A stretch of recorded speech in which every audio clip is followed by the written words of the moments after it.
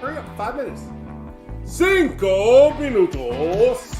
Esta noche es muy caliente. Hey, download your TikTok app today so you can have Chinese spyware in your house for free. You go down! Give me money! Fucking future! We're talking about a fat ass and everything, yeah. I said loud ass. It's like I took a poop and it was one of those painful ones that brings a tear to your eye.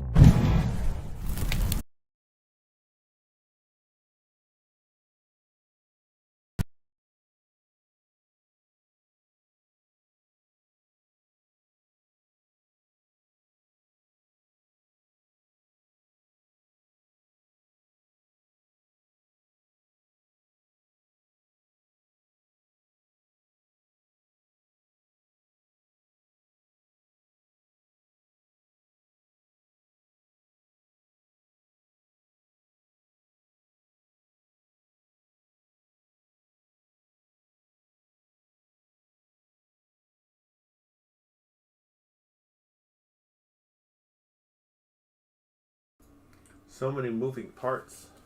How do we keep track of it all? I don't know. I don't know.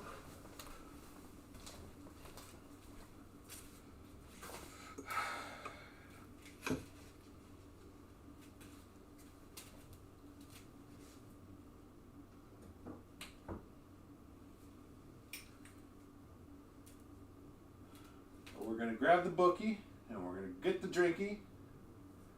The Booky and the drinky, yes we are. That seems like a good one to drink a thing out of. Where's the thing for the other thing? That's some kind of thing.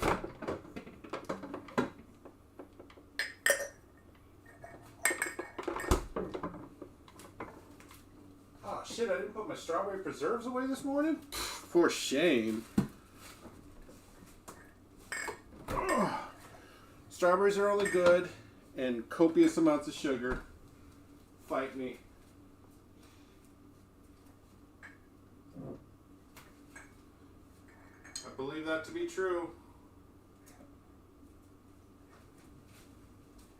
How about you? So what kind of music are we jamming to tonight? Something not copyrighted. I figure the classic heavy metal seems to be the rotation that we go with. And I ain't good at that small talk. We just gonna sit at that book and read it till the words get blurry.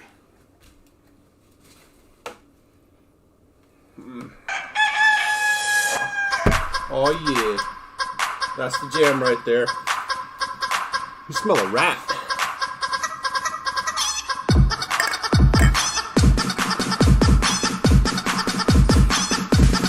I don't know what the hell you talking about. Bok, bok, bok, bok, bok, bok.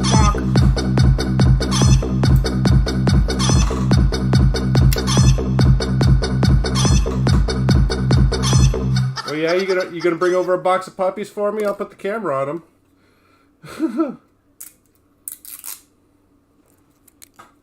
Hello, motherfucker. Hello to you too. See, I hear the sound effects today. Ooh. Didn't need all this knife to open up the sumbitch. But you know, I thought we'd give it a go.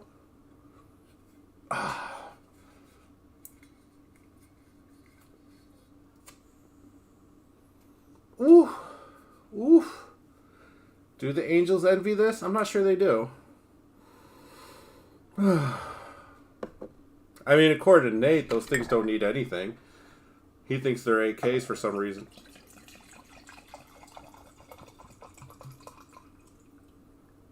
Okay.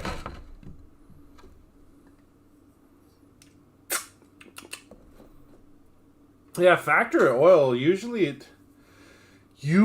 when you buy a brand new firearm, there's a copious amount of oil. The worst one I had was, I was at the exchange and I bought that, well, they had an AR-15 that just came in on that day's shipment. I was just like, okay, it's nice looking, but this thing is disgustingly dripping. Like, I've never seen a firearm so covered in factory oil in my life. Like, this thing was literally dripping with oil. Like, they dunked it in, put it in the box, dumped it in a drum of oil, put it in a box, and shipped it out. It was bad. So I was like, look, I will buy this, but that's only if you guys, you know, clean off some of this oil, because that ain't going in my truck. And you know what? They did clean off a bit of that oil, and they did the thing.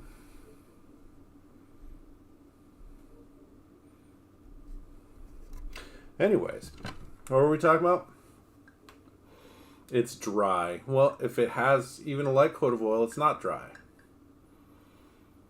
I mean, you should feel a light coat, but it shouldn't be like where your fingers are glistening like you just finger bagged your girlfriend or something. It shouldn't be that should be that oily. Shouldn't be oily. Should be clean. Should be clean and lubricated, but not drip droppy. Does that make sense?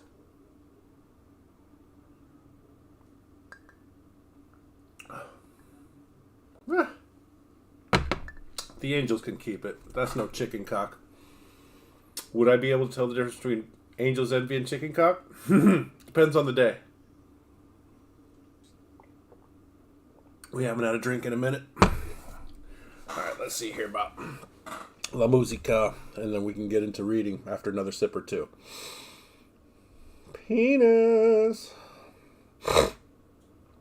Turns out Kamikoto was a scam? Well, not a scam, but maybe it's nowhere near as good as they claim it to be. But, you know, that's most things. They're like, hey. Oh my god, you guys had cake? Nice. Well, apparently Spotify's trying to sell me merch now. There we go. Da-da-da, da-da-da. Whoa.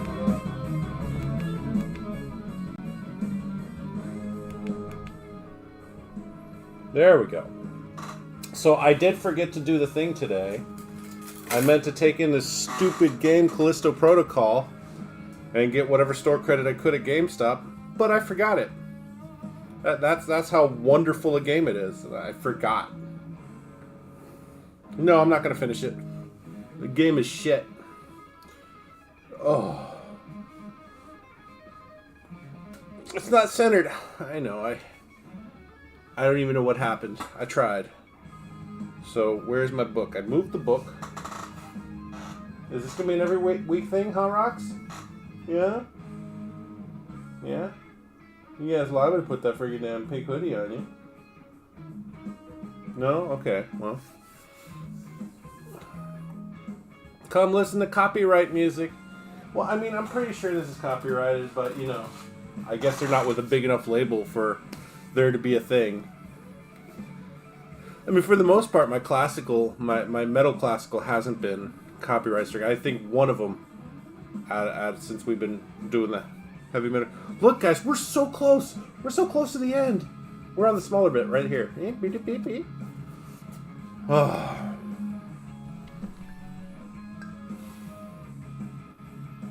Anyways. That's right. Did I skip last Tuesday? How long? I don't even know. We just started streaming this last Friday. And then we skipped the very next day, Saturday. I mean, look, if my audience is going to be intermittent, why can't I be intermittent? Dang it. It never grows. Like, we've not gone past 9 or 10. As a matter of fact, our peak audience last year was 27. I feel like I've been doing this too long for that to be our peak. I think our peak should be in the low hundreds. But, you know, even if it was just a one-time sumbitch. Who's we? Who did what? Wait, at your workplace here, Tuna? Oh, who? Cheetah, you're all over the place. What do you mean we? First day was cake.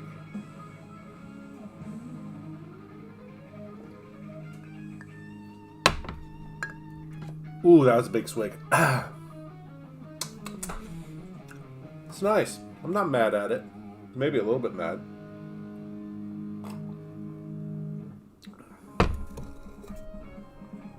You guys like my bird, huh?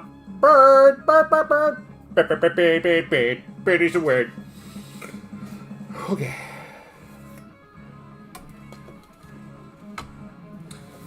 Oh, where were we when we left off before I rage quit last Books and Bourbon? Yeah, because last Tuesday I didn't do a Books and Bourbon. It was Tuesday before last, I think. Did I?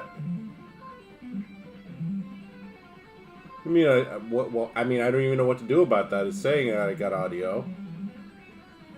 Try refreshing. I don't know.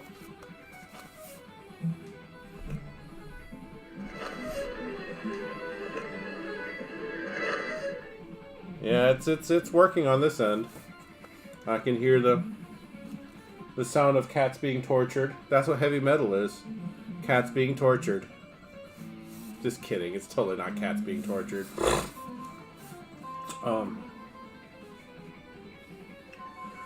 Okay. Okay, there's the bookmark. This is weird that I'm not, like, consuming tobacco products, because it's just like there was that monkey that would call that I would have to take a break about every hour or so. And now that I don't have that, I've just got more time by myself up here, and I don't like it. I don't like that. Stop it. Don't nibble on your leg like that. Twitch muted me? Nice. We put together a few songs just for the show. We worked up a cover of the UK Subs classic Down on the Farm, and we fine-tuned Civil War. I was really excited to get out there and play together again. But things went south quickly. The second we walked out on stage, Steven took a run up to the drum riser, which is a pretty big platform that's hard to miss, and took flight.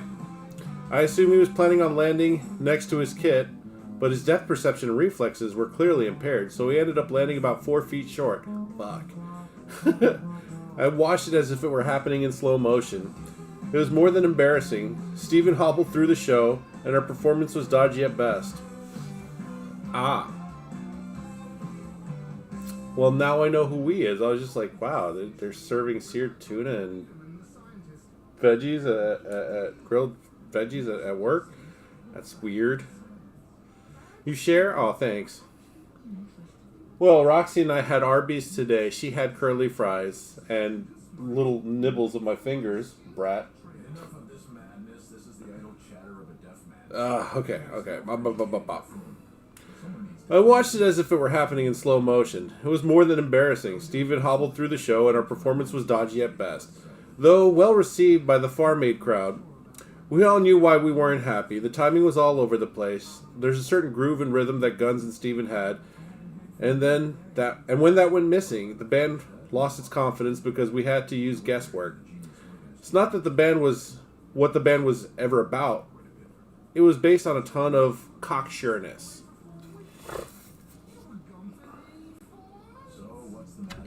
Penis. Okay, so anyways. Calm down with the drink, Psycho. You got to make at least 2 hours for the books. I will try to make 2 hours for the books. I will try.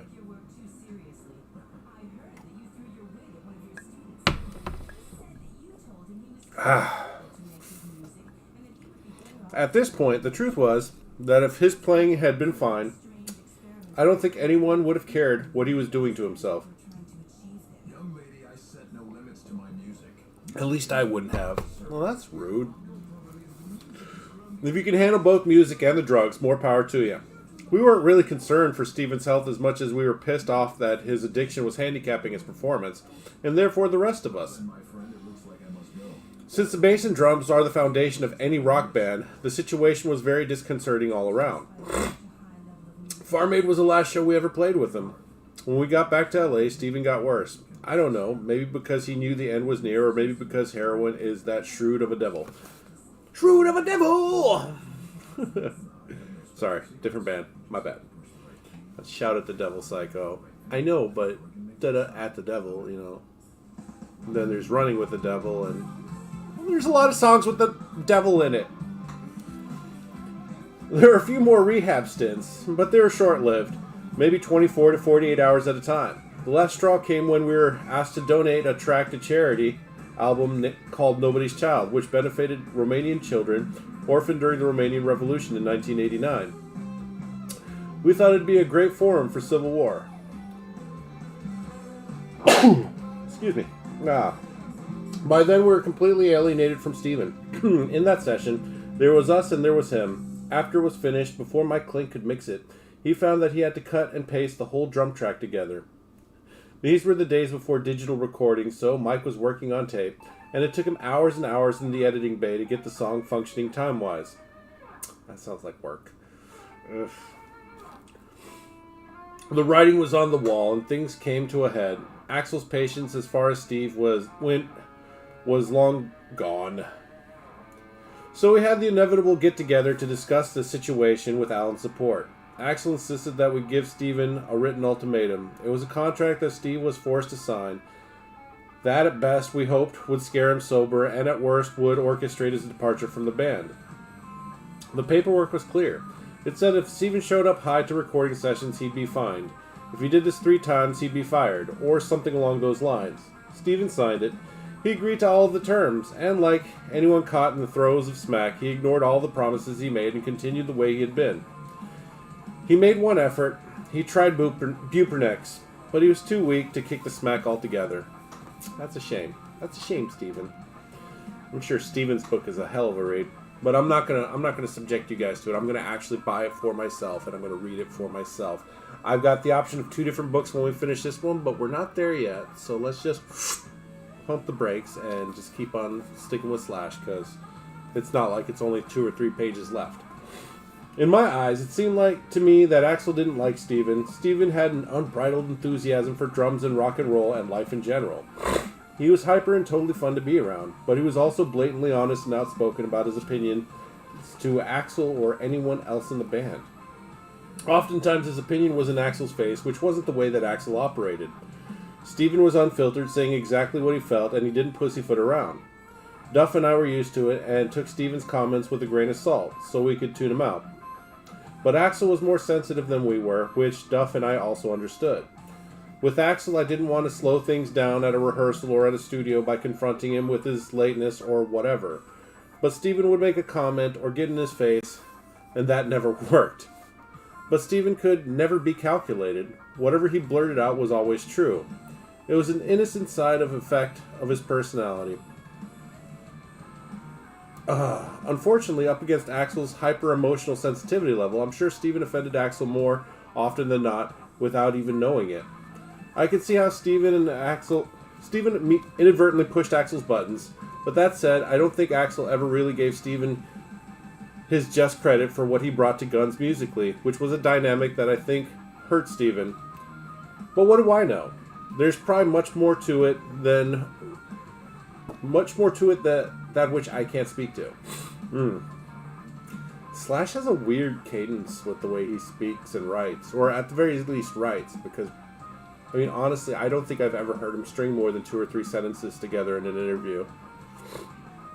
So who knows, maybe this is how his brain works when it gets applied to paper, or waffles. Axl made his feelings about Steven clear back in pre-production for Appetite.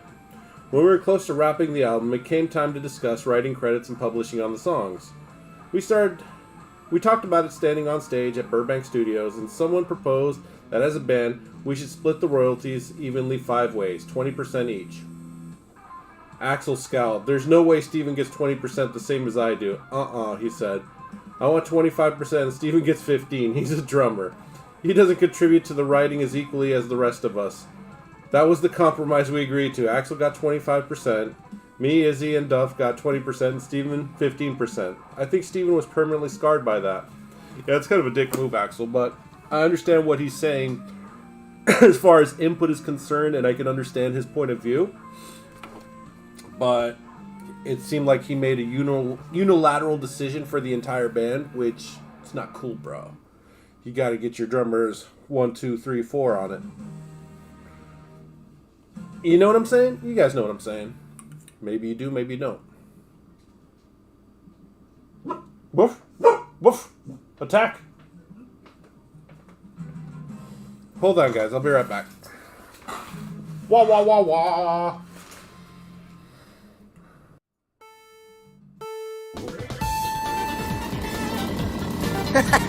Here I come. Haha. Hey! Now listen here, mister. I don't mean no trouble. Go back into your own console. But sir, I doesn't even have my own console. We're multi-platform now.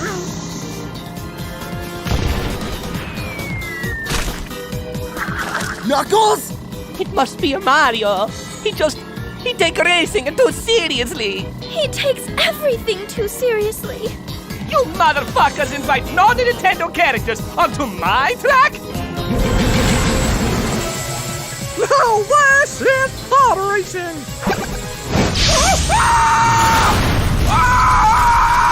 Holy shit! He's killing all the non-Nintendo racers. What is he? Some kind of racist? You're not Nintendo. You're Pretendo. You're all race traitors!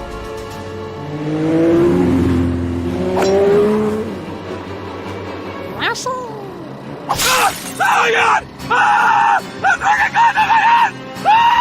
Ah!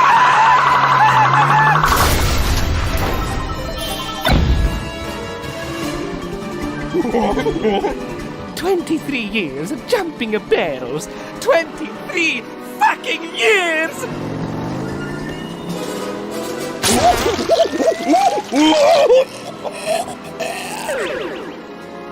Oh god! Oh fuck! Oh fuck! Oh fuck! Luigi!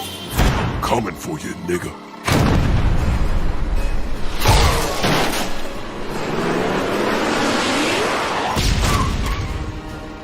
Wait, Mario, think of our history. So, you like it to go fast, huh?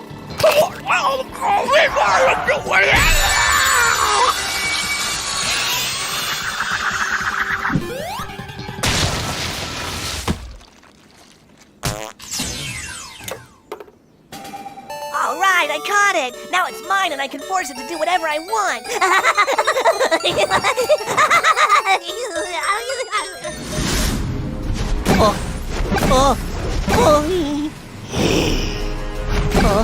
Mario, stop! We're brothers! I have no brother.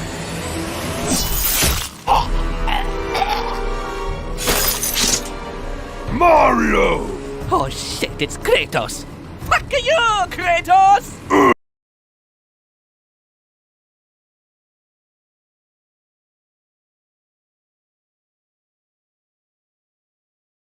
Where's all my foot traffic at? You guys are supposed to be bringing more people here. I can't do it all by my daggone self. By my goddamn self. For real. I don't like the way these hats like to slide up. They're all like, let me slide up your head a little bit. So you got that weird little lump in the back. What the fuck's that all about? It's like it naturally produces a reservoir tip.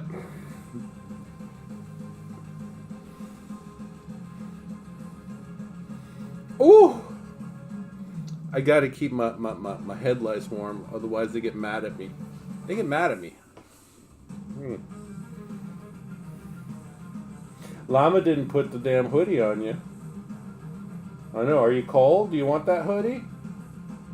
I think I need to put the hoodie on the dog. It's 61 degrees in here. I can wear a short sleeve shirt, but I gotta wear a hat. Keep the ears warm.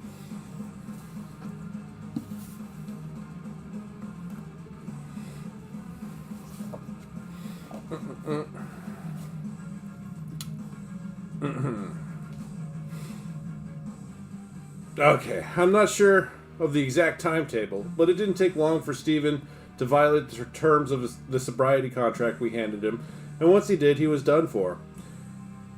It wasn't easy for me to allow, because, as I've said, the simple truth is that Steven never had the kind of strength to give that stuff up easily, if he'll ever give it up at all. But at that point, everyone had tried to help him, girlfriends, friends, management experts. Nothing resonated with him enough to work on the problem. At this point in particular, Steven was a catch-22 because as much as I would have hung around long enough to get them together. If the band lost its momentum, it might mean the end of us. We were too many variables and complex characters, and now that we were all getting along, the window of opportunity was open. But it probably wouldn't stay that way for long. I couldn't deny the fact that kicking Steven out of Guns N' Roses for drug abuse was kind of ridiculous and excessively harsh. It was also so hypocritical. Think about it. Sounds like a joke. He got kicked out of Guns N' Roses for drugs? Are you kidding? How does this happen? I mean, it's kind of like kicking Dave Mustaine out of Metallica for drinking too much. You know, Metallica, one of their other nicknames was Alcoholica, but, you know, apparently Dave drank too much. Hello, me! But, whatever. Glad he was able to establish his own band that is still touring and quite successful. Not Metallica level successful, but close. Close. Distant third. I mean, second. Whatever. Penis.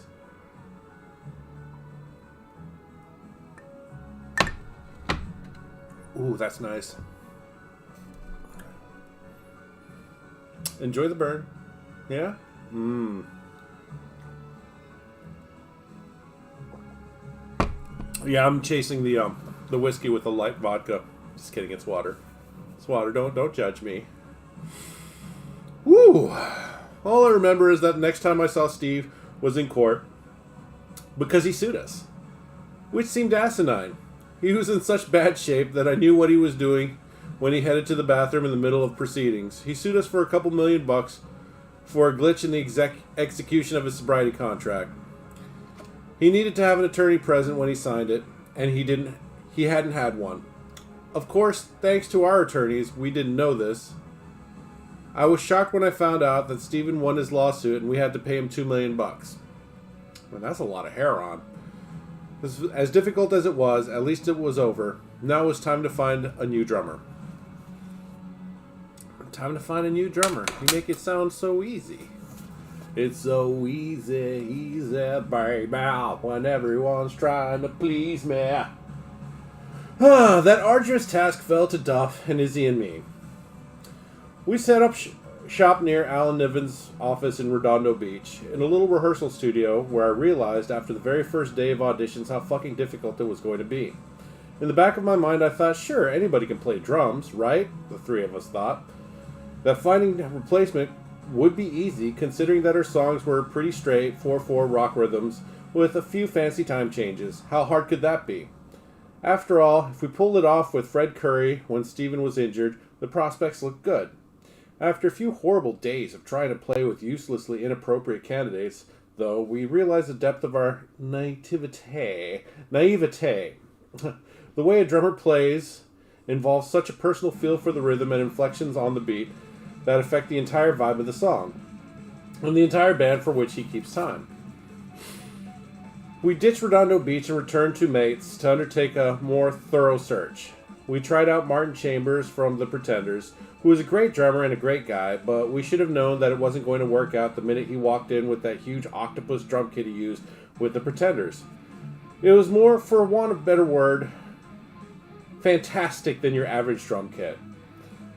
That thing had round poles that came over the top with cymbals hanging from them. It was just ridiculous. He was setting it all up while Duff tuned up and got ready to play with him for a bit. Duff was the front line. He and the drummer had to click, first of all.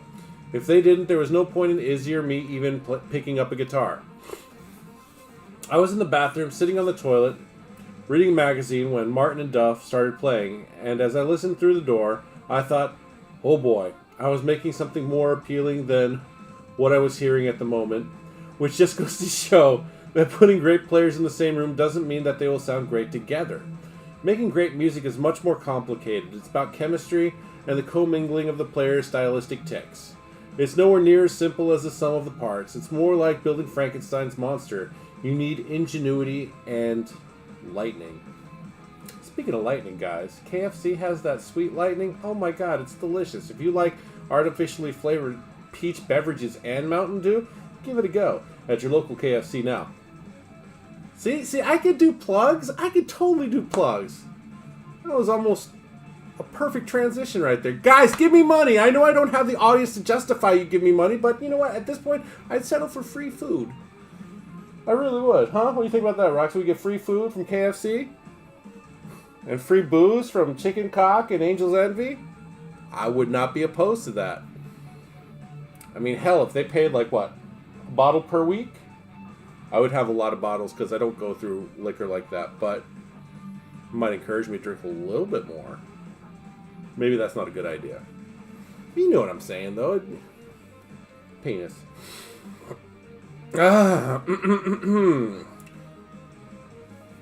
When I came out of the bathroom, Duff was still playing, but he shot at me a look that said it all, so needless to say, Martin didn't work out. We were fucked because, at that time, Martin was our best bet at the end of a short list that we'd already exhausted. To Steven's credit, and unbeknownst to me, the feel and energy of Appetite was largely due to him.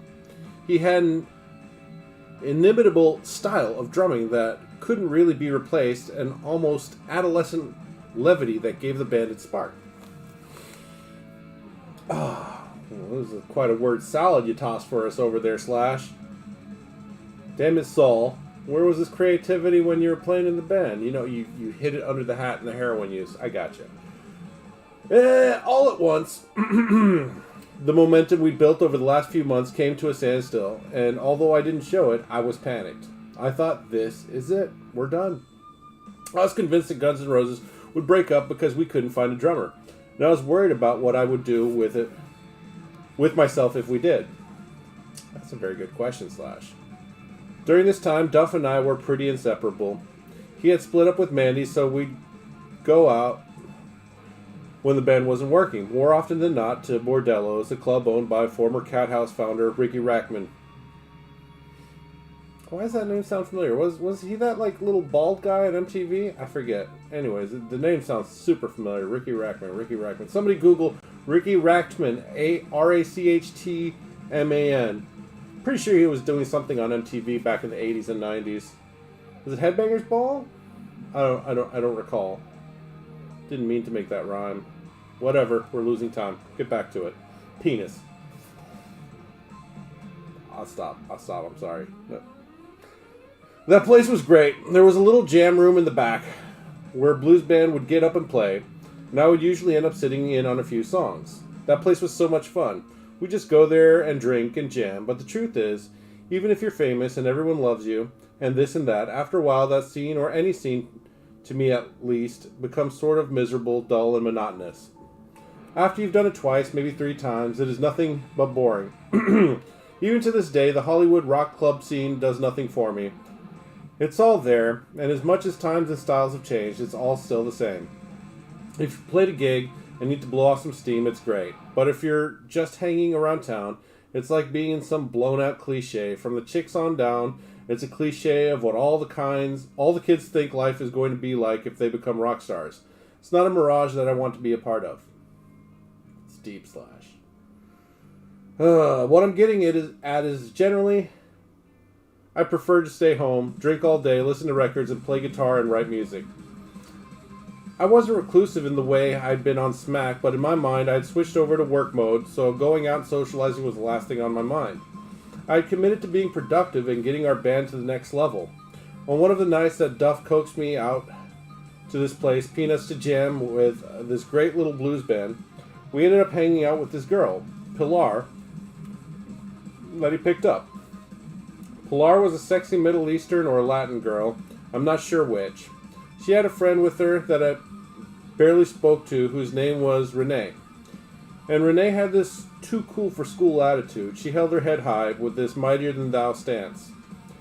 She was really good looking, and she knew it.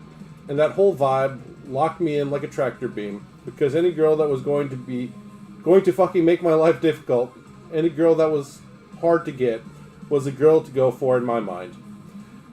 In Lemmy Kilmister's infamous words, the chase is better than the catch. Renee had no interest in what I did or any of the notoriety that came with it. She wasn't a rock chick by any stretch of the imagination. She was a model and aspiring actress and very independent.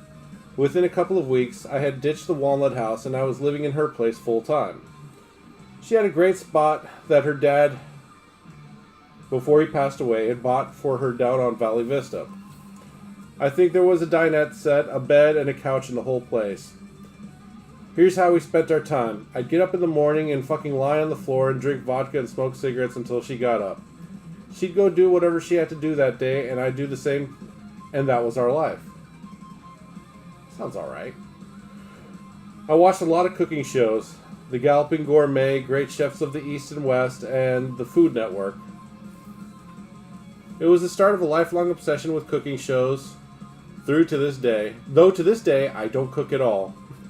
At night, we'd order out. That was my home life. Meanwhile, we still had this quest for a drummer going on. Ah, the quest for a drummer. Roxy, somebody's drinking my whiskey, Mama. Just thought I'd let the dog know. She's laying on my Carhartt jacket and a towel and not her regular spot because that's also her spot.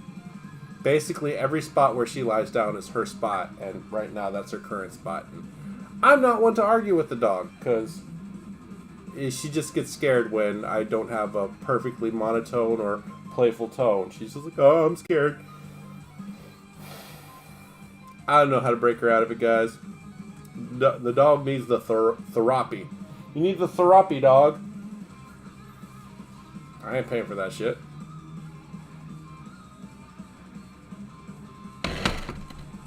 So maybe Roxy's here as a gentle reminder that I need to be a softer spoken, more gentle soul.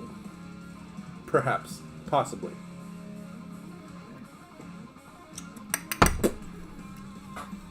Who all's not here?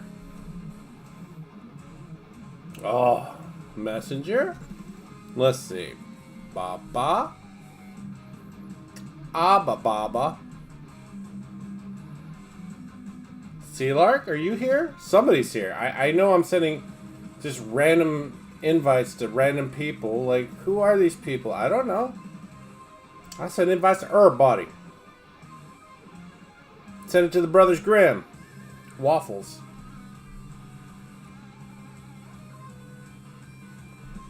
J-Lo and Baba. Okay, that's it. That's it. I'm done sending invites. I just feel like we need more. We need more. And then you guys can chat amongst yourselves or whatever. I know you guys love me so much that you're here to support me, whether you say something or not. But you know, I just middle child. I just feel the need for attention all the time because I never received it as a child or growing up or in general. Kind of like my teammates in video games, they never listen to me, even though I know what the hell I'm talking about. And my hunches on human behavior are generally correct. Just because I can't read a room doesn't mean I can't predict the physical actions of what somebody's going to do.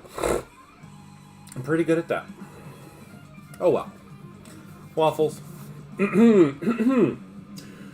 Once we'd exhausted all logical possibilities, I for one was not going to let the hunt for a drummer end the band. Duff, Izzy, and I racked our brains. We discussed the best drummers we'd seen lately, but nobody appropriate came to mind. Until one night, I had an epiphany. I recalled seeing the Cult a few months before at the Universal Amphitheater, and being mesmerized by their drummer. He was fucking amazing. I was standing at the soundboard, and he was completely captivated by his playing. I didn't pay attention to the rest of the band at all for the whole gig. His playing was extremely tight, and his sound had enormous presence. It was big, bombastic, and delivered with intense authority. The moment I remembered him, I couldn't believe that I'd sat through so many shitty auditions without realizing that I knew just the right guy. You know? Just the right guy? Have you guys ever known just the right guy? Let me tell you, it's a fucking lie. There is no just the right guy.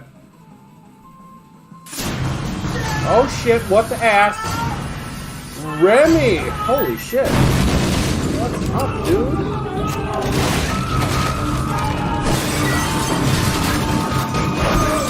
There we go, yeah. Yeah. This takes a second. It's quite a process.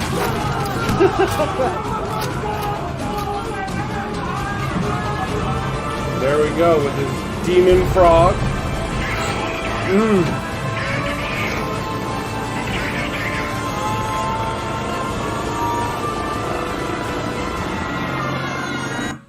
Hello to you guys that came in on the right, and for those of you on the left, welcome all of you to the Psycho Veteran channel. For those of you who've never been here before, I am Psycho Veteran, your lovely host. Tonight is Books and Bourbon, where I, with one whiskey stone, enjoy my bourbon and a little bit of water to go with that. I've been, the only complaints I really have are mostly self-imposed problems that I created because I'm an idiot. Generally speaking, only first world problems, so I really have nothing to complain about over here. How you been there, my friend? Thanks for the raid, by the way. Welcome Raiders. Welcome Remy. Tonight we are drinking Angel's Envy.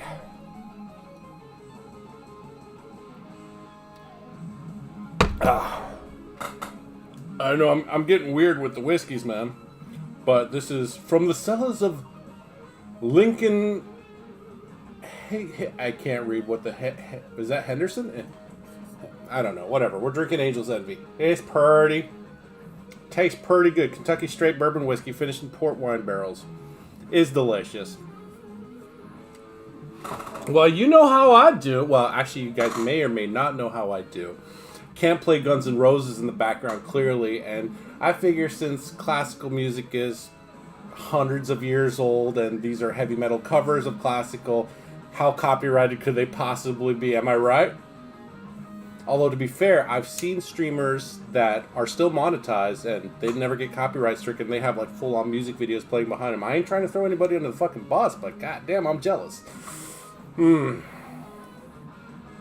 I'm sure. Axl Rose along with Lars Ulrich, those two would absolutely love it if I just did a beautiful side-by-side Guns and Metallica friggin' back-to-backs. Bro. No, right? Yeah, Lars is quite possible. You know what? I don't know the man personally, but for the shit that him and James said about Jason Newsted alone is reason enough to fucking hate both of them for forever, regardless of their beautiful body of music all the way up until 1989. Justice. Black was okay, but okay, far be it for me to say who Metallica is, because only Metallica knows Metallica, to be fair. But, I don't know, I think they kind of fucking lost the plot when they decided to do 3-minute radio edits with little to no cussing, and I don't know, to me that wasn't Metallica, and then it just got worse from there. Personal opinion, but, Oh, shut up. Now you're picking on the man's hairline. He can't, well, actually, he could afford to have a much better hairline, but he is he Swedish? Maybe he's a Swedish frugal frog. Have you ever thought about that? Could be. You want it? He doesn't have much to give. Danish. The Dutch are scum! That's a reference to Metalocalypse, in case you guys didn't know. But anyways, like I said, I've had entire streams... What's up, Brian? I've had entire streams get copyright stricken where I couldn't be viewed in... I couldn't be viewed in Singapore or South Korea. I'm like, oh no, my target audience... But it's nothing but people who speak Hangul and Singapore, whatever they speak over there. Singanese? No, that's. Stop it, Psycho. You're about to cancel yourself. I was close. I stopped myself just in time. Like I said, I've been doing more drinking than reading, but thank you so much for the raid, you guys. And yes, sometimes tomorrow night, for example, it will be Bobby Ross Wednesday, which will be the first one in 2 weeks or so. But I sit and I paint, and instead of happy little trees, we do angry little manga. But yeah, it's a lot of work. It's a lot of work. It's a work of passion, because I'm not getting paid for any of this stuff. This is all to decorate my master bedroom. We're working on One Piece, so for those of you who are fans of One Piece, anime, and just classical music, tune in tomorrow. I will be doing that. But back to the book.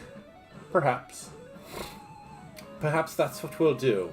I'm glad you knew that Lars was Danish. I don't care enough to know, because I just think he's an arrogant prick twat waffle, but that's just me. I mean, never have I heard a drummer try to follow the rhythm of the guitarists as much as I've seen Lars do that, and that goes all the way back to their earlier stuff. So it's just like, it sounds janky at best. There's no rhyme or reason or actual rhythm that you can follow in the band, and that's bad.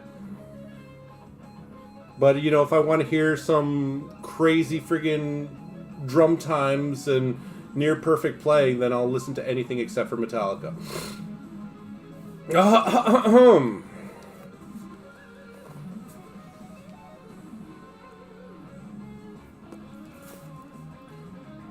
Okay, once we'd exhausted all logical possibilities, I for one was not going to let the hunt for a drummer be the end of the band.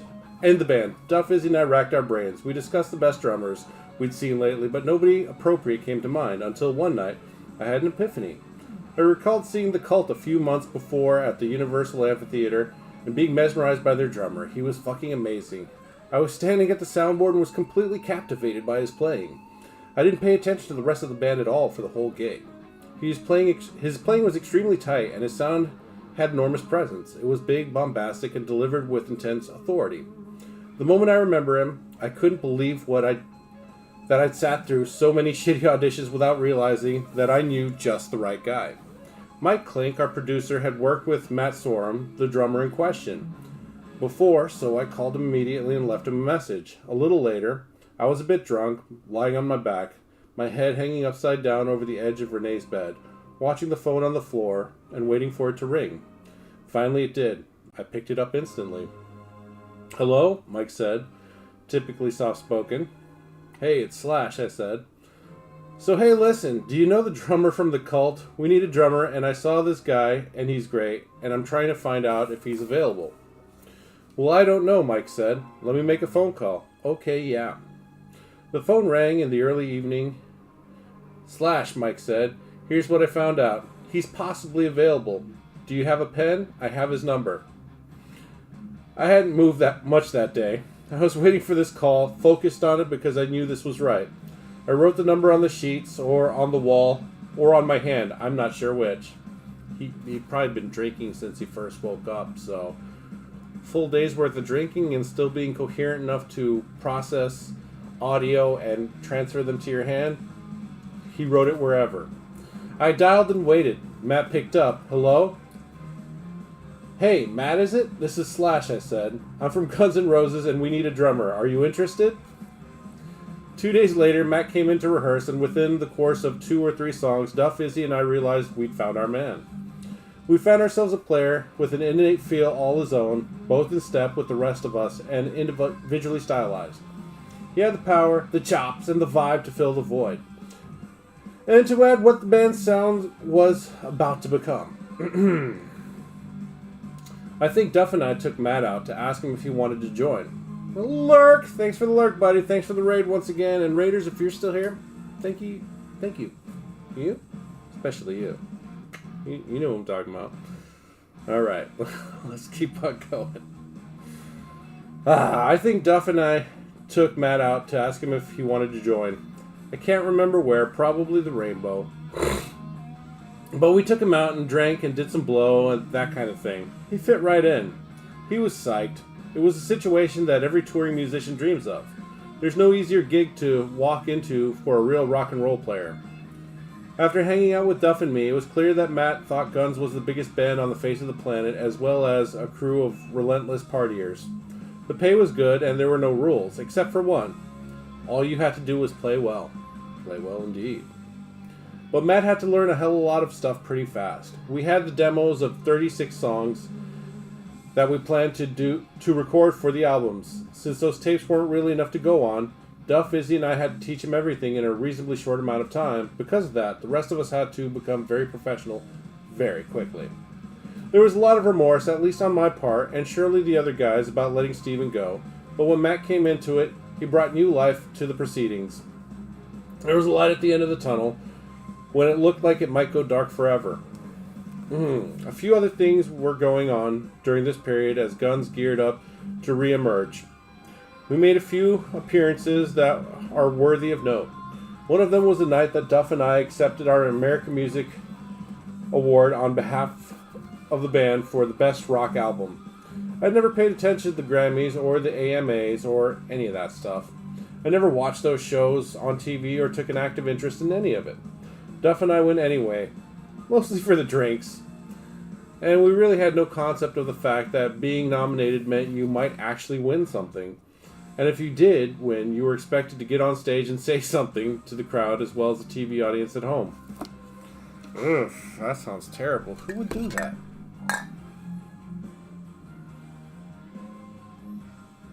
What do you think, dog? Another sip? Okay, just a little baby sip.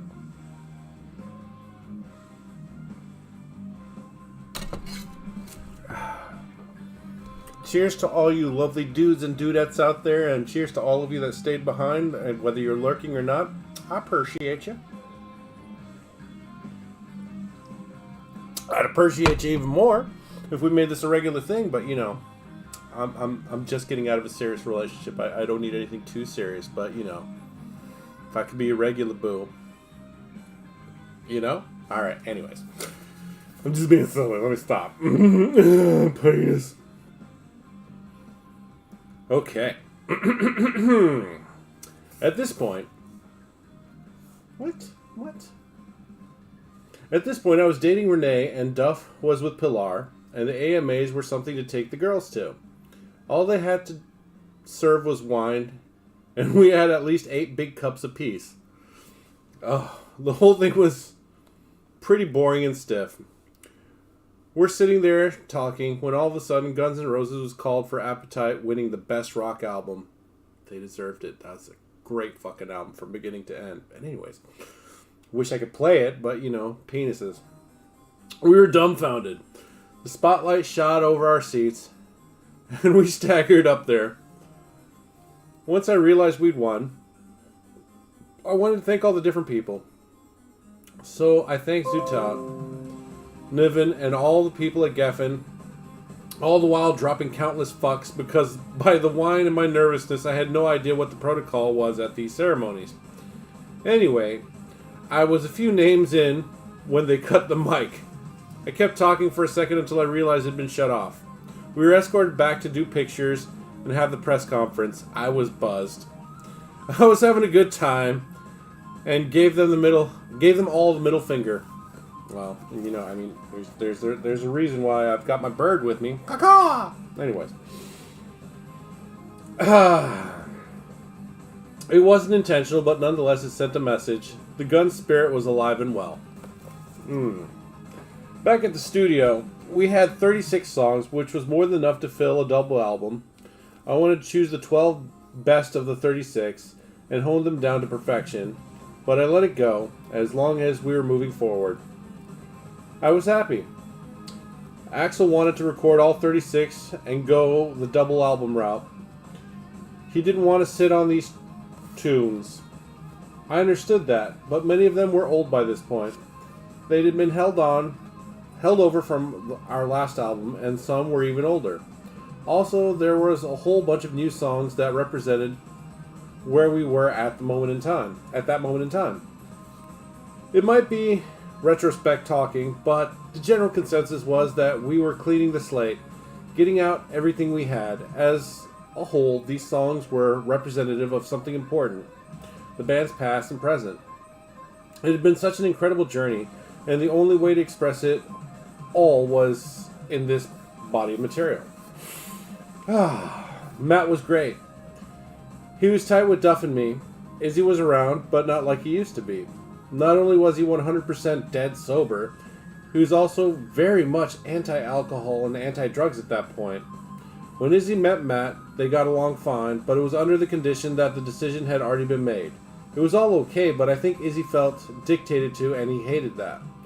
Izzy was pretty fragile from the time he came back to the band until the day he left, and as I look back, this whole shift probably didn't sit entirely well with him.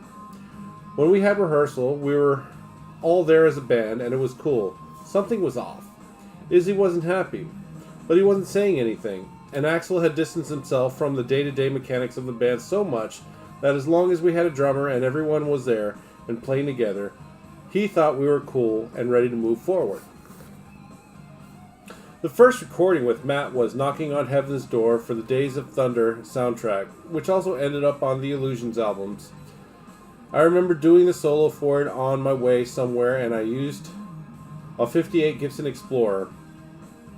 It was an amazing take. I just ran in there with my girlfriend and some friends in tow, picked up the guitar, and really let the solo sing.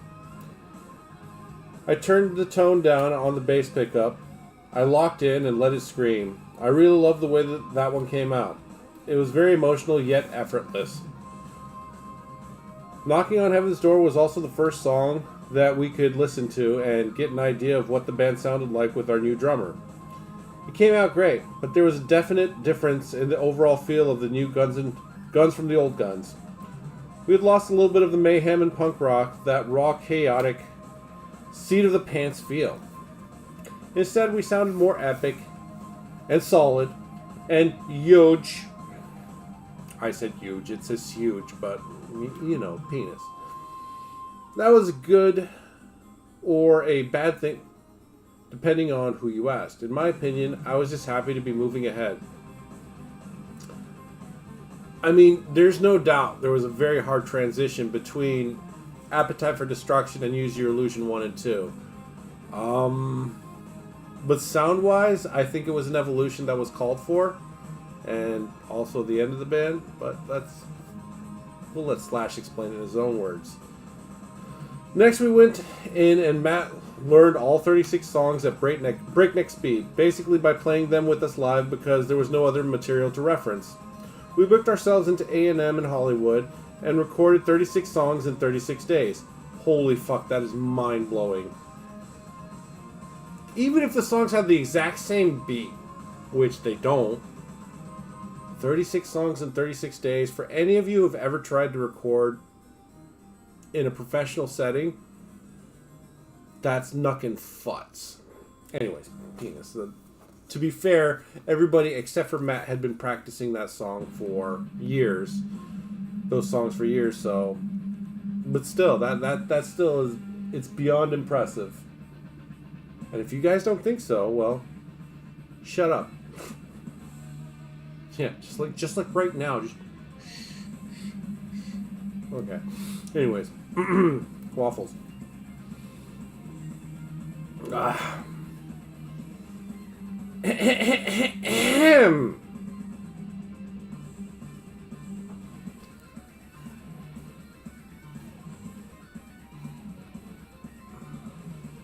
Okay. Between takes, we'd go to Crazy Girls, the strip bar across the street, which I'm sorry to say is no longer there. At night we'd go out carousing, then show up the next afternoon and do it all again on a new song. It was a great 36 days, during which Duff and I realized that Matt was both an incredible drummer and our brand new party buddy. Before the drug thing got out of hand and before the incident with Steven, there were some dark periods. But we'd come through that, and we were now very functional alcoholics and occasional coke users. Actually, I doubt that it was occasional.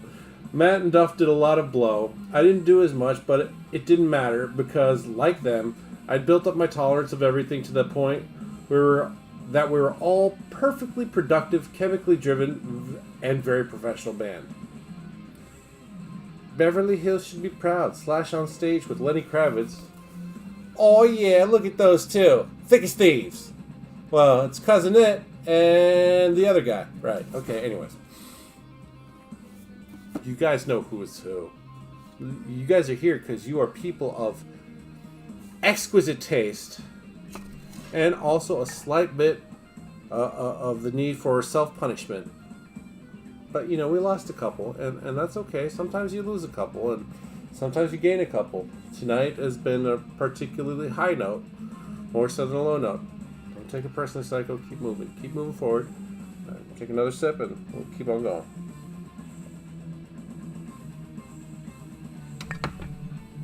You know, honestly, I didn't even drink the whole time I was away from the stream. I mean, New Year's Eve, I think I had 3 beers. It's been something. I was getting out there and circulating a lot more too by this point.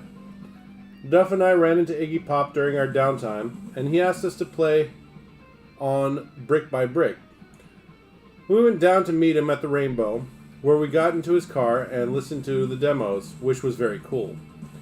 Iggy is Duff's ultimate hero, and there was a little bit of history there on my end because of Bowie. He and my mom had gone to visit Iggy at the Cedars Psych Ward. We showed up in Hollywood and laid down some tracks with them. Homeboy, Pussy Power, and a song that Iggy and I co-wrote. My Baby Wants to Rock and Roll. It was one of the most fun sessions I'd ever done. Not long after that, we also did the video with him for Homeboy. It was a real honor for us. It was another sign that Guns was getting back out on the scene and that we were being taken seriously as musicians. People wanted to see us, plain and simple. At that point in 1990, Appetite and Lies had become huge commercial successes. This newfound attention also drew the spotlight to me as a guitar player, which took the form of a few calls to our management office. It was flattering to discover that other musicians had started to give me credit for being a fairly good guitar player. Fairly good, I like that. Fairly good. I mean, don't get me wrong, I respect Slash as a musician for his influence on the music scene and rock and roll in general. If I were to list off a list of top 10 guitarists, he wouldn't even make the list. But top 100, definitely, he'd be on there somewhere. Now, if we were to list off a list of just overall influential guitarists, he'd be in the top 50. For sure. Penis. No disrespect to you, Slash. Slash, if you're watching, bro, I absolutely love everything from Guns that I've heard you play. I do not know a single song from your Snake Pit or your other projects. Sorry. I'm not that big of a fan. Oh, Slash, don't be like that. Come on now. Come back. Let's do Heroin together. Dude, of all the things I've ever done, I've done Heroin with Slash would be like at the top of the list of things I've accomplished in my life. That and being retired by 40.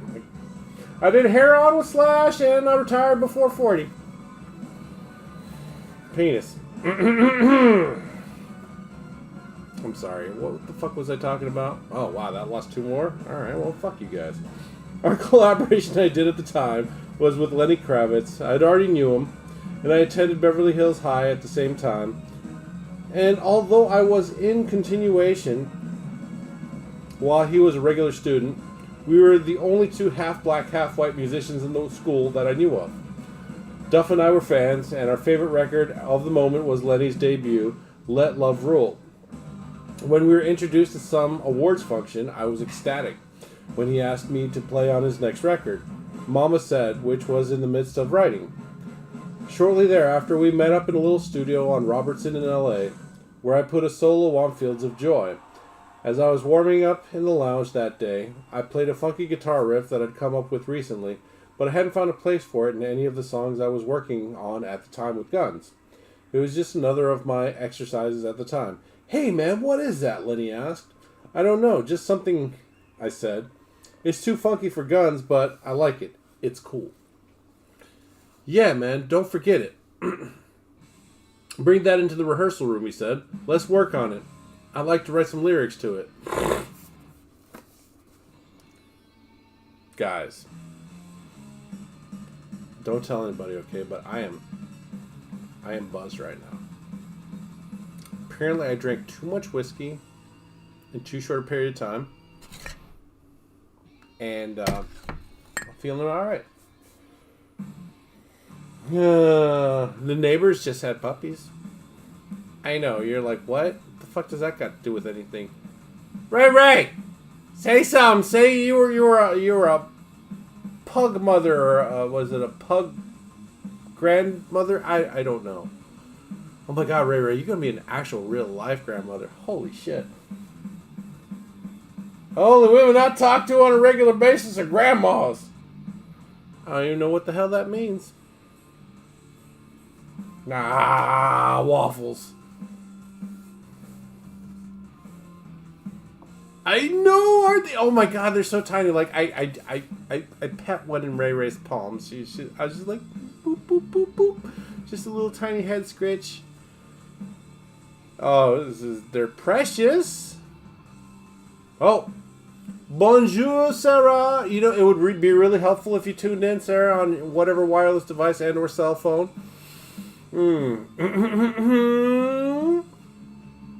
But anyways, waffles. Oh shit, Cricket responded. Ah! That's right, he's still camping. Well, that's sad. He's got doo-doo service. But anyways, you have just 7 puppies is like the perfect amount of puppies. And you know, the sad thing is that they're pug puppies, so you'll never really be overwhelmed by the avalanche of puppies. You know, there's no puppy flood with things that are about as thick as a giant's thumb. They're cute though. They're super cute because they're so tiny. Oh my god. So what am I in this picture? Am I the nuncle, the neighbor uncle? Haha, neighbor uncle.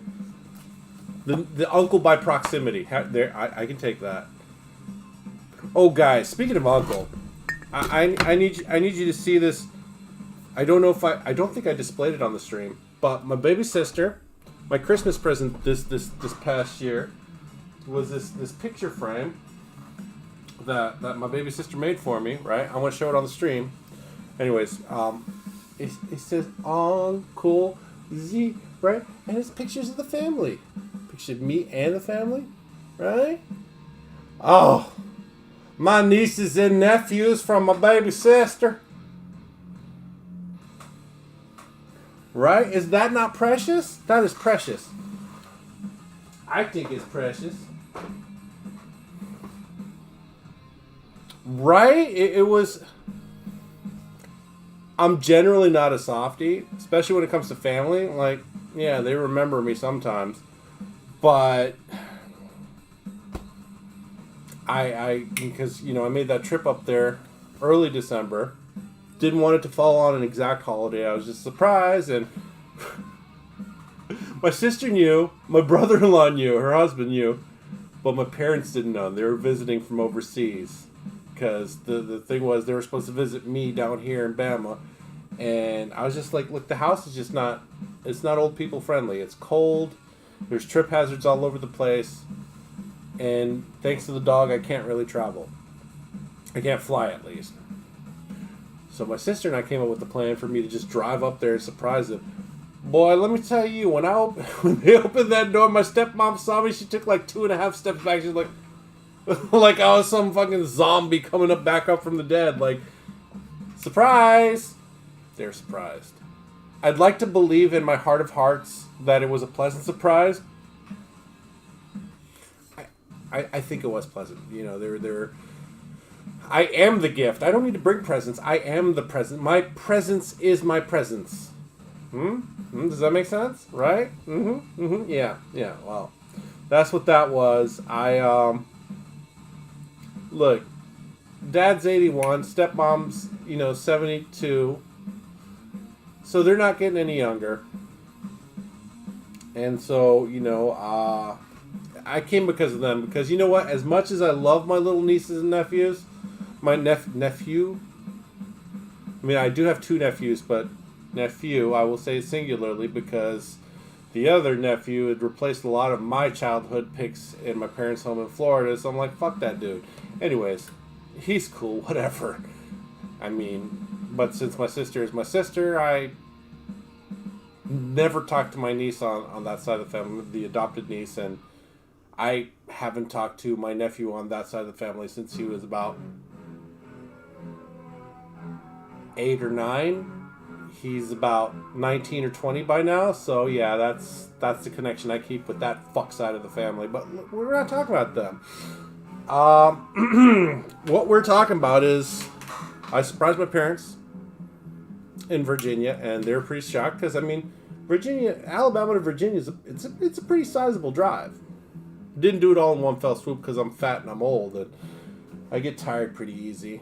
You drive for hours on the interstate. It gets tiring pretty quick. Oh shit, we gotta skip this fucking song because I don't want Lars popping out from underneath my fucking bed in the middle of the night. give me my money. I'm like, what money? The money you made on this stream. I'm like, well, that comes to about 13 cents. Do you want it all at once, or do you want me to write a check for it? Don't spend it all in one fucking place, dickhead. I don't know. But the less streams I make, the more money I make. Just proportionately per hour, although you're gonna have to. Yeah, it's pretty bad, but that's okay. Brian, did you renew your subscription with Amazon Prime? Oh, anyways, I hope everybody's doing wonderfully. Me and my family, we've never been close or tight, so you know. I've got a weird family dynamic. I've got a weird interact with human beings that aren't me on a regular basis. Weird dynamic. I'm not making excuses. I'm just saying this is how things are and how the cookie crumbles in this particular case. I know Sarah likes to invite me down to Florida. And as much as I'd love to see you guys, fuck, that's a fucking drive right there. And now I got this lovely doggo. Like I can't go anywhere without her. I'm not paying for her to be in a kennel, except for like walks or them cleaning out the cage. She's an older dog. By an older dog, she's a little over 5. She does not deal well with being alone. I do, but I try to watch after my house guest. Oh my god, I just looked at my hair. Why did you guys tell me my hair was looking so wild? I'll put a helmet on over this shit. This is a bit much. It is a drive. I mean, it's close to 400 miles just to you guys' house, and I love you guys, but god dang. Do you have to cost me so much gas? Should have thought about that before I got a truck, but honestly, I got the cheapest truck I could find that was brand new. And as much as I love my truck, I don't like driving it because of how much it costs to refill that hungry baby. That's got a 5.7 liter heavy V8 in there.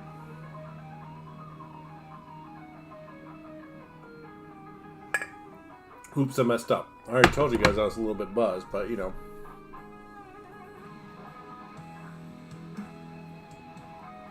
Ah, waffles. Are we getting back to the book? I don't know. Where did I put the book? Oh, it's all the way over here. Check out this beautiful gift set that my buddy Rob got me. We got High West Double Rye and High West Bourbon. I've already sampled both of them a little bit, but you know what? I mean, I don't think he broke the bank on buying these, but they are delicious. So, I don't give a shit if it's only like $20 a bottle or whatever. They're delicious, and that's all that matters. I mean, I'll feel bad if they're really expensive. I haven't bothered looking up the retail value because the stuff's not bad. And you know, waffles. What do you think, Roxy? Oh, okay. Don't you love it when you wake a dog up and they open their eyes and they got that little weird pink shit underneath their eyes? Because I think it's hilarious. Anyways, let's get back to the book because I'm a bit babbly right now, but my eyesight is still kind of working. So let's get back to it, right? Shall we? Let's shall. Let's shall indeed.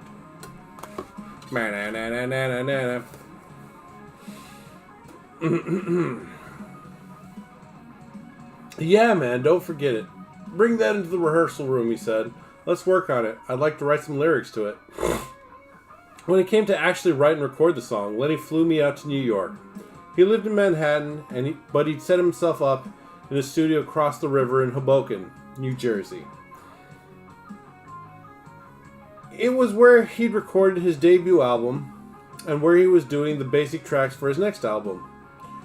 We took the train there from his apartment, and he played the drums while I laid the guitar down for what became Always on the Run. It was a lot of fun, very raw and stripped down, the way it should be done. There's not a lot going on that track, but it sounded really good. He put the bass and vocals on later. The studio was like Lenny's castle. Every instrument was in place. We could jump from guitar to bass to drums and get it all down as his inspiration dictated. Oh my god. Okay, so I believe that on an 8-man or fewer rock group level, that if I could have the musicians there and record immediately after I came up with whatever, that I could probably make some pretty epic scores, rock scores at the very least. Unfortunately, I don't know how to write music, and if I don't capture the groove or the riff immediately, which I don't know how to, except for recording me going da-ga-da-da-ga-da-da-ga-da-da, right? I think I could make some pretty amazing music. So I think I should learn how to read music and write music, because honestly, I think I could compose some pretty cool shit. Or not. I might just be a fucking hack that steals other people's riffs. Who knows? But there's been songs that I've written in my head, not complete songs, but parts of songs where the hook I think was good enough to be a one-hit wonder song. Multiple times. Different songs. Anyways, penises. Let's get back to the sumbitch. Penis. I'd brought Renee with me on that trip, and we were staying in Midtown at a hotel close to Lenny's apartment, and had spent the night before a Saturday, carousing extensively. It was summertime. Okay, that's the second time he's used carousing. Jesus Christ, date yourself a little bit more, Granddad. It was summertime, it was hot as hell, and once I got to Lenny's place that Sunday morning, I discovered that due to some outdated rule called the Blue Law on New York's books, no bars or liquor stores were open at all. A Blue Law? I've never even heard of this shit. Heard of the Bible Belt Sundays, everything's closed as far as like alcohol or whatever. Blue Law, dumb shit. It wasn't exactly how I pictured this collaboration going down, and it was about to be a problem. I remembered hanging around Lenny's apartment waiting for him to get ready. The place looked like the world's biggest closet of vintage clothes had vomited all over the room. There were garments everywhere, covering every available surface. It was 10 a.m. I was taking this whole scene in, and I was craving a drink. Hey man, do you have anything to drink? I asked. No man, I don't think so, Lenny said. You want to smoke a joint? That's cool. I could really use a drink though, I said. Can we stop by a bar or liquor store on the way? I don't know, man, he said. I don't think so. That's all closed on Sunday. Oh yeah? I said, getting a little bit nervous. Do your neighbors have any booze? I need a drink, man. God damn, Slash. Really, my dude? He needs a drink. The man needs a drink. He needs some milk. Okay, anyways. Lenny did his best. He procured what seemed like a thimbleful of vodka from his neighbor. I downed it, but it was like throwing a Band-Aid at a gunshot wound. As we hopped on the PATH train to Hoboken, which is a trip of about 20 minutes, I began to experience alcohol detox. My hands shook. I was lightheaded, irritable, and anxious. It wasn't some big mystery. I needed a fucking drink like now. My reserve of civility was equally dry. Hey, Lenny man, we have to find some vodka right away, I said. I can't play unless I get a fucking drink. Lenny could relate to a degree, I suppose. He needed his pot to create and write music. The only difference was that his body didn't malfunction if he didn't have it. Every bar on the way looked like they'd been not open since 1955. When we got to his studio, Lenny sent his people out in search of booze. I'm not sure how they got it, but they returned with some vodka around 12. Once they did, we settled in. We recorded Always on the Run in under an hour. The raw, spontaneous energy of that track is right there in the final product. The actual recording of the guitars and vocals of the Illusion albums happened at the record plant in Los Angeles. This was a great time for me as a guitar player. We had so many songs and so many possibilities for sounds and techniques in our new material. I was really on top of my game at that point, easily coaxing out the sounds I wanted. All of it came to me so fluidly during those sessions. I had some cool guitars to call upon because, for the first time in my life, I had the funds to assemble an arsenal of them. Isn't that nice when you finally have the money? I kind of have a beef to pick with famous rich people. You know,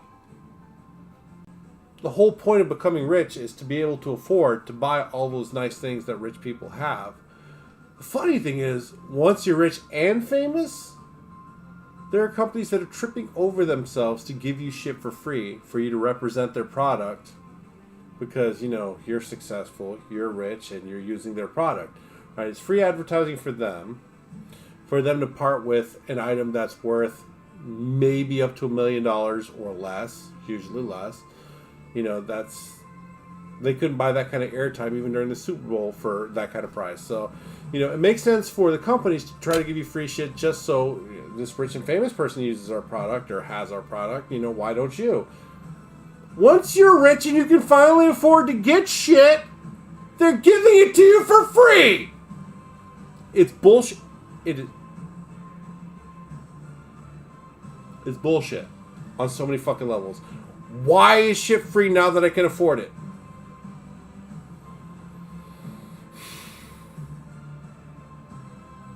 Now you gotta spend your shit on random stupid shit. Like, ask Nicolas Cage, you're gonna buy an albino cobra because that's what you need in your collection, and then go broke. But anyways, that would probably explain the vampire movie that he's got coming up, which kind of looks hilarious, but the actual recording of the guitars and vocals of the Illusions albums happened at the record plant in Los Angeles. This is a great time for me as a guitar player. We had so many songs. Blah, blah, blah. Arsenal. Okay. At the time, I had a 1958 Gibson Flying V. I had a 1958 Gibson Explorer and a few Travis Beans, a few sorted acoustics, Martin, Gibson, Taylor, etc. I had this great Spanish flamenco style acoustic and a couple of Dobros and a handful of vintage Les Pauls, plus my staple Les Paul replica with its Seymour Duncan pickups. I'd rented a load of guitars, but most of those tracks I used a Les Paul. There were moments when I needed a Travis Bean. Usually I was doing extensive slides, the Garden, or a Dobro, You Ain't the First, as well as when I needed to use a tremolo bar, You Could Be Mine. It was a gluttonous guitar experience for me. I even took 20 guitars on the road. I was determined to go to town on all of them. Dead set on getting all of those sounds on our new album in some way, shape, or form. I had 36 songs to play on them.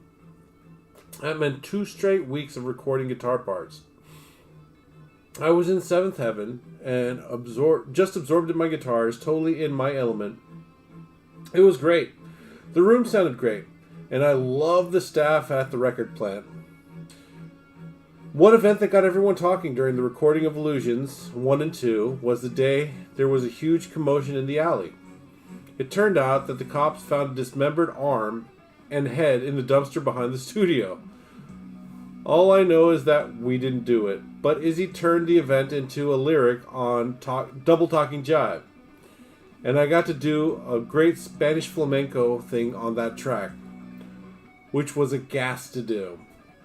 The song has a really cool electric solo too that morphs into an acoustic flamenco groove. Is that acoustic flamenco groove? There were a few songs that were very involved guitar-wise on those albums. Estranged was a big, long song. I used a Les Paul Gold Top on it. I recorded all those melodies on the rhythm pickup with the tone turned all the way down. November Rain was tough too, as was another Axl song called Breakdown. Those were all piano driven, and they needed accompaniment. The guitar and bass parts had to be thought out and done precisely. Those songs were all pretty fucking cool, I have to say, but they took some work. November Rain was recorded in one day, but we put in long hours ahead of our time to get all the arrangements just right. The funniest thing is that the guitar solo that ended up on the record is the exact same one that I played the first time I heard the song years before. That's a consistent theme throughout Guns N' Roses. Pretty much every solo on the record is the exact same one I played the first time I ran through. Look, I mean, she's getting a break. She's getting a 2-day break. Like, she's right down here to my right. And she's got the collar on, which makes her look believe it or not, cuter than she normally does. She's doing all right. I figured I'd give her a little break. Do you need a doggo? I'm just getting back to the basics here before the doggo cam. You know, I kind of enjoy doing my little Craig Kilborn Daily Show talk soup. You know, camera 1, camera 2, camera 1, camera 2 kind of vibe. Are you not digging it? I'll have the doggo cam tomorrow for the thing. I mean, just let me know. I mean, either way, we can have the doggo cam, but all she does is fucking sleep. She's really good at sleeping, though.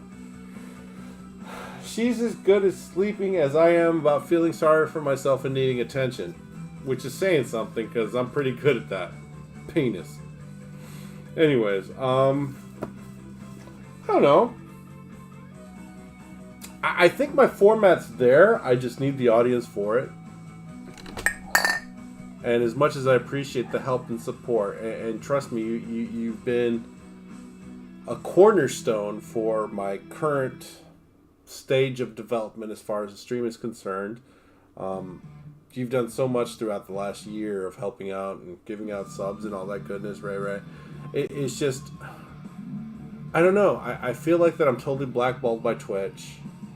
And YouTube's not even giving me a fucking chance. They're like, copyright, baby dick! And I'm like, Jesus Christ, calm the fuck down. Copyright on what? And they won't state it specifically. They'll be like, such and such nameless megacorp has struck you for copyright violations, so we're not gonna fucking damn stream you in Belarus and fucking Romania. And I'm like, oh no, Belarus and Romania? Fuck! My target audience. I really don't give a shit. But at the rate I'm going, I will never be monetized with YouTube. They're a bunch of fuckstick baby dicks that are under the international fucking umbrella of, well, we're all over the world, so you need to meet all these requirements. I'm like, how about you're an American fucking company where most of your creators, content creators and so forth, are Americans, so how about you just stick with the First Amendment and let us say whatever the fuck we want. Now, if some of us have objectionable opinions that wouldn't play well in more socialist type countries, which is every country except for America, then maybe you just block us there. The same way geo-blocking is a thing? No, that sounds like too much.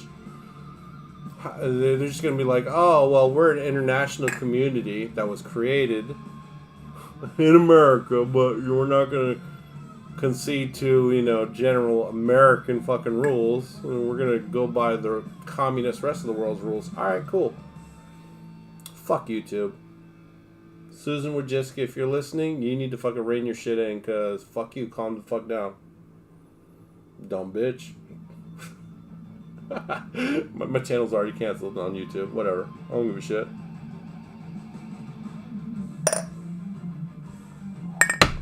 Oh shit. I got bad news, guys. That may or may not have been the last of my whiskey right there. If I pour another glass... Oh no, I think we put a pretty healthy dent into the Angel's Envy. Maybe something else? No. Just because it's books and bourbon doesn't mean you need to drink all the bourbon. But I like my Kentucky straight bourbons. My Kentucky straight bourbons is nice. And for those of you who haven't had a decent Kentucky straight bourbon, I feel sorry for you. Like, honestly, books and bourbon has put me on this weird page of liking bourbon and rye so much to the point where I kind of question myself for ever liking beer.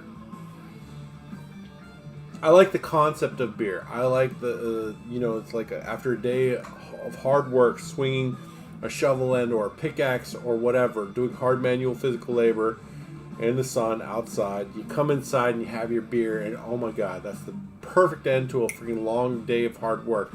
But since I'm a fat, disabled retiree who doesn't work and hasn't worked in the better part of a decade, unless it's an odd job or whatever for some spare cash, generally speaking, I just don't feel... The beer doesn't taste the same. It's weird. Without the manual labor and outside being, beer just to me, it might as well be Kool-Aid or Coca-Cola. It's just not hitting the spot. So I either need to sacrifice my back, what's left of it, for some random manual labor outside kind of thing, or just keep with the liqueurs, not liqueurs, but actual liquor, hard liquor, distilled beverages of a certain magnitude. I haven't had gin straight up. I don't think I've ever done a shot of gin in my life. I've done shots of vodka, but not gin. Done shots of tequila, but not gin. Why have we never done a shot of gin? I have gin somewhere. Where do I have gin at? I have gin? No, it's Books and Bourbon, not Books and Gin. Thanks for calling me out on that. Oh my goodness, Liza Doolittle. Liza Doolittle 504. Thank you so much. Arigato gozaimasu. Thank you so much. Welcome to the channel. I'm just, you know what? It's the bourbon talking. Honestly, tonight is Books and Bourbon. You caught me on. I'm just reflecting on. I've lost my taste for beer. I never thought that would happen, but I'm at that certain point of life where you know, I'm not a young, able-bodied young buck running around doing the thing. For me personally, it's one of those, you know what? Liquor is a little bit harder to swallow, quite literally, physically, you know, than beer. But I don't know, for some reason, liquor is a little bit easier for me to consume on a multi-level process than beer is at this point. Beer, oh, look at me, I've had 10 beers and I feel sober as a judge. I wouldn't drive because of legal reasons and I might spill my beer. But generally speaking, for me, it's just, I just never thought I'd see the day where I didn't absolutely love the hell out of beer. Just to let you know, Liza, this is a channel for adults. So I use a lot of adult language. There's no point in becoming an adult if you can't use adult language. I always felt that way as a kid, and you know, now that I'm an adult, I do use 4-letter words, but the most powerful word I use is the N word, which is no. I say no. I say no to a lot of things. So, if you're not at least slightly based, please don't ask me a question that might be politically charged, because I will absolutely say the N word when it comes to nonsense. I'll be like, no. That's all you really need to know about this channel. Tomorrow night is Bobby Ross Wednesday. I will be painting something or doing something artistically creative. We don't do happy little trees, but we do angry little manga, as you can see behind. Well, sorry, behind me. We do the thing. Yeah, that's. But generally speaking, we play PUBG and Dead Cells. Those are the two main go-to games. Every now and then I'll get a wild hair and play a game that's different, but is it really different? Probably not, because the creativity of game producers from AAA studios, all the creative guys have been fired or murdered or something, I don't know.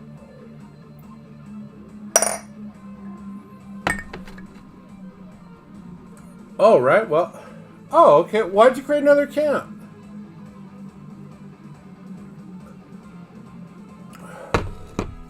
Okay, so this is my second identical mug, right? Look how cute it is. It's got little Hello Kitties in the background. Anyways,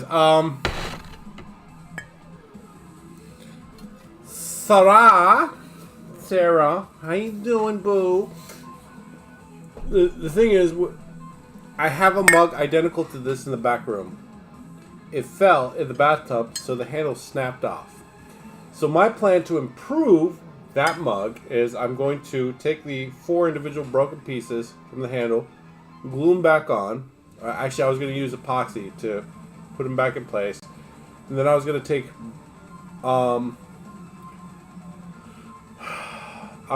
a metal and wrap it around the handle all the way around, like thin wire, metal wire.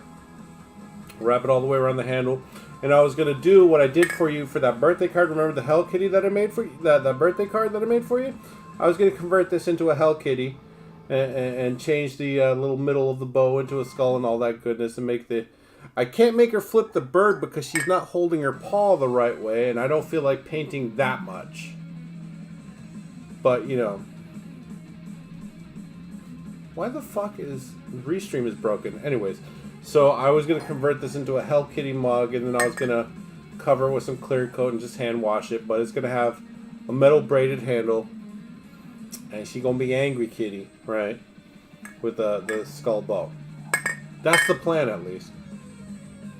Okay, so I'm going to grab another whiskey stone. Although we're pretty much done. I think I'm done reading, because I think if I have... Yes, it's going to go from Hello Kitty to Hell Kitty. I think you're one of the few people to hit like on the dancing Tripolowski Hello Kitty that I made.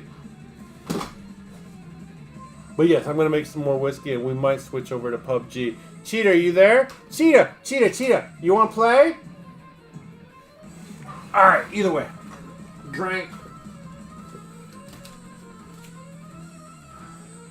So, I don't know if you guys saw my post on Facebook about going cross-eyed from a thing,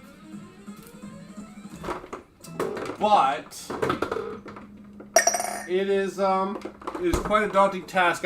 I guess, what would you call it? It's not necessarily a plaque, but I don't know. It's one of them super Asian kind of things. A sign? Okay, we'll call it a sign. But basically, it's a combination of kanji and logos. Ugh. So this is the transfer paper that I've used on this thing, and I didn't even finish the bottom part.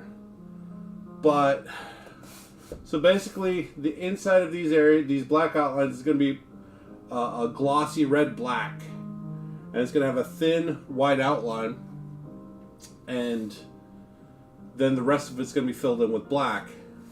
That's the plan for this, and then I'm going to finish it with picture frames of beautiful characters from One Piece. That's the plan. I'm sticking with it, dadgummit. But on that note, I think we're going to sit here and chitty chat about the thing. What thing? Anything. Something. Nothing. Everything in between. And I don't know why, but for some reason, Restream decided to stop working. Liz Doolittle. Liza Doolittle. Why'd you decide to go with Liza Doolittle?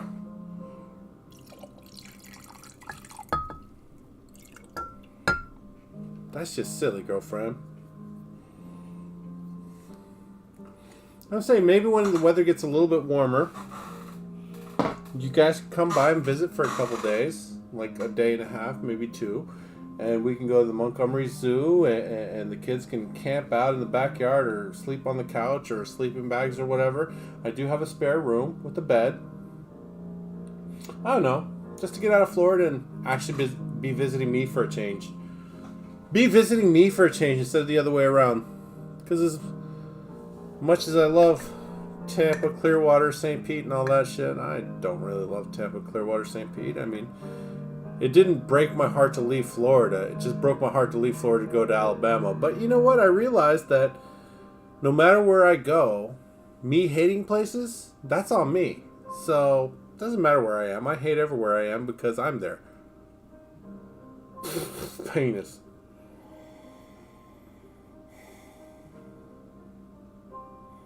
Either that, or maybe Sarah, you can come by and help me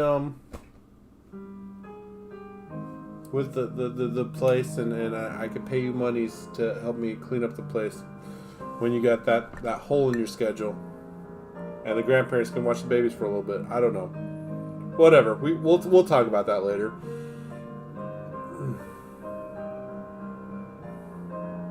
You didn't have to think of anything on the fly. What happened to your old account?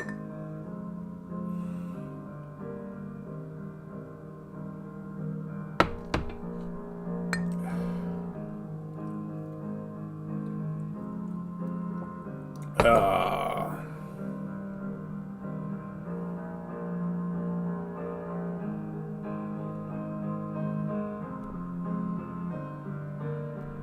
Cheetah ain't even fucking here. God damn it, Cheetah. What the fuck? I tried to do with the app bad Cheetah fur and there's nothing popping up. It's fine, Cheetah. It's cool. I guess I'm in no rush to get onto the Xbox to play fucking PUBG with Cheetah if Cheetah's not even here. It's all good. She talked about fucking damn weird ass salmon and shit. Okay, so I think you guys need to see this. Last comment that was available was from Ray Ray with the laughing faces after the Why No Doggo cam. And then now we got the Liza Doolittle 504 childhood nickname comment. But the other comments, hey, it's Sarah, create an account. Candy is dandy, but liquor's quicker. Hello Kitty, Mike, Hell Kitty. None of that shit. None of those comments are showing up on the stream. Look, I really, really want this to be a tight-knit community where we all know each other, we're all friends, we all chat amongst each other. You know, it's not about it being Books and Bourbon or, you know, Bobby Ross Wednesday or whatever I'm doing or playing. It's about us as a community, as a circle of friends, you know. And that's the point I'm trying to drive home with you guys. Like, I want to create a community, a tight community of people that know each other and would do damn near anything for each other. That's what I'm trying to do with this whole streaming shit. Oh my goodness, the puppies are nursing! I really want to kidnap that bucket of puppies, but today's their first day. It's already been stressful enough on Mama and the babies, so, you know, obviously it's not a rush, but I definitely need to have 1 week old pugs or less up in here on the camera making all kinds of meh, meh, meh sound. And that needs to happen. I think Roxy would be fucking delighted. See them babies. And of course that means I need Sophie in the box too. She can wander around bleeding all over the place. I don't give a shit, you know. Sophie's a sweet baby. And you know.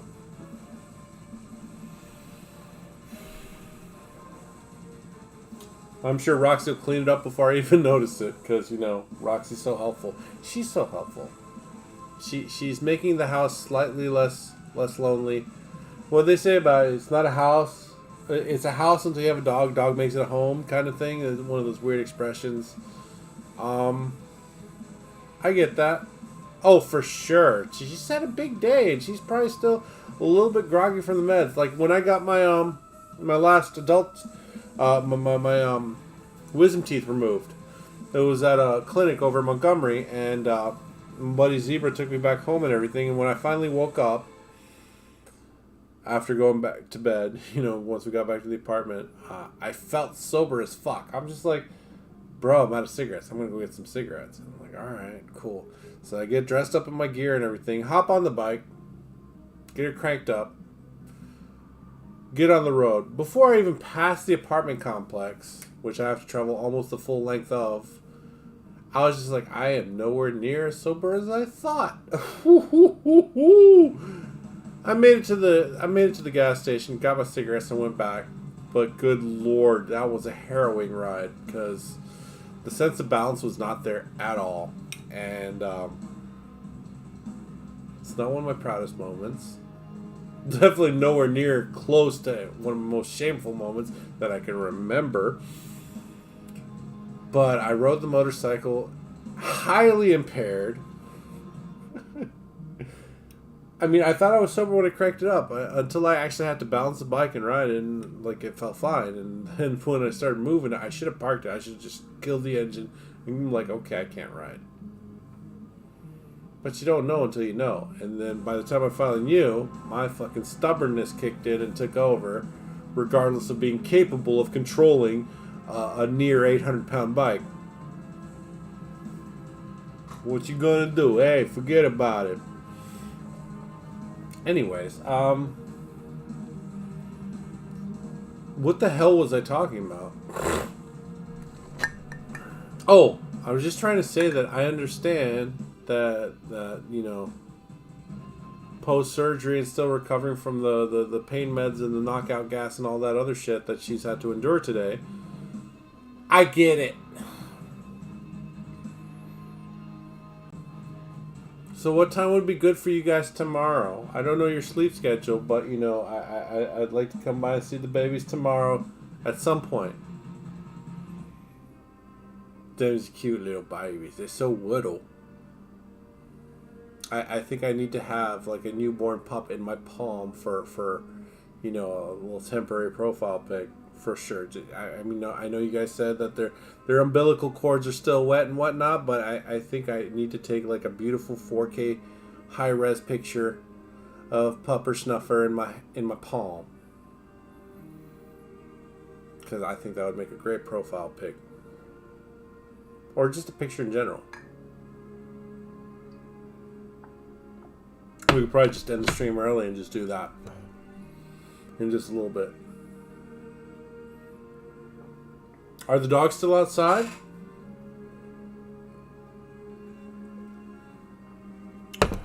Is Nana and Sebastian still outside?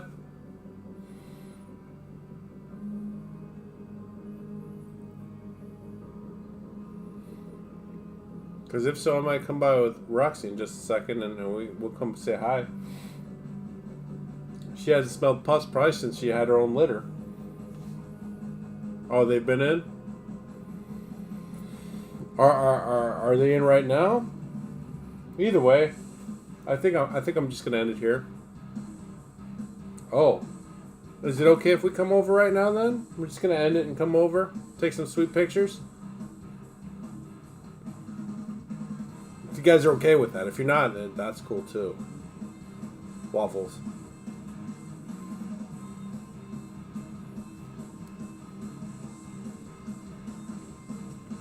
Poor Sebastian. He's missing his little hump toy. Poor babe. Okay, well, we'll see you guys in a little bit. Thank you, everybody who's tuned in and who's still here and so on and so forth.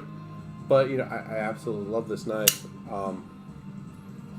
What's that got to do with anything? I don't know. Look at that. Damn, boy. That's a thick boy right there. Damn, boy. Anyways. Alright, so thank you everybody so much for tuning in. I will see you guys tomorrow night tonight. Tomorrow night, Wednesday, for Bobby Ross Wednesday. What we'll be working on? Probably that scroll. If any. No, I'm not. I'm done visiting Florida. I'm done visiting everybody. I've got a house with 3 bedrooms. And a 2-car garage. I'm sick and tired of visiting everybody else. People need to visit me. Even though my place isn't really... Your kids are old enough not to know better than touch certain things. You guys need to visit me. Oh, wait. You got the little... He's not even crawling yet, though. So we're good. Yes, come visit me. That's the note I'm fucking on. But anyways, I'll be on tomorrow night at approximately 8:30, 9:30 Eastern. 8:30 Central, 9:30 Eastern. I will be doing the Bobby Ross Wednesday. Yes, my place is absolutely an obstacle course, but her children are plenty limber to handle. They do Taekwondo or whatever the hell martial art they do. And the little one is still too little to be crawling and rolling everywhere, getting into trouble. So... Like I said, I got a bed for adults, and I've got a couch and a backyard for little ones. Whatever, waffles. I will talk to you guys later. I'll be on. Okay, you go potty. Me and the dog will be by in just a little bit, like within 2 minutes or so. Thank you everybody so much for tuning in. For those of you that came from the raid, thank you. And waffles, I am backing out, and I'll see you guys tomorrow. Caw! I give you guys the bird. My beautiful bird. Anyways. See ya. Good night.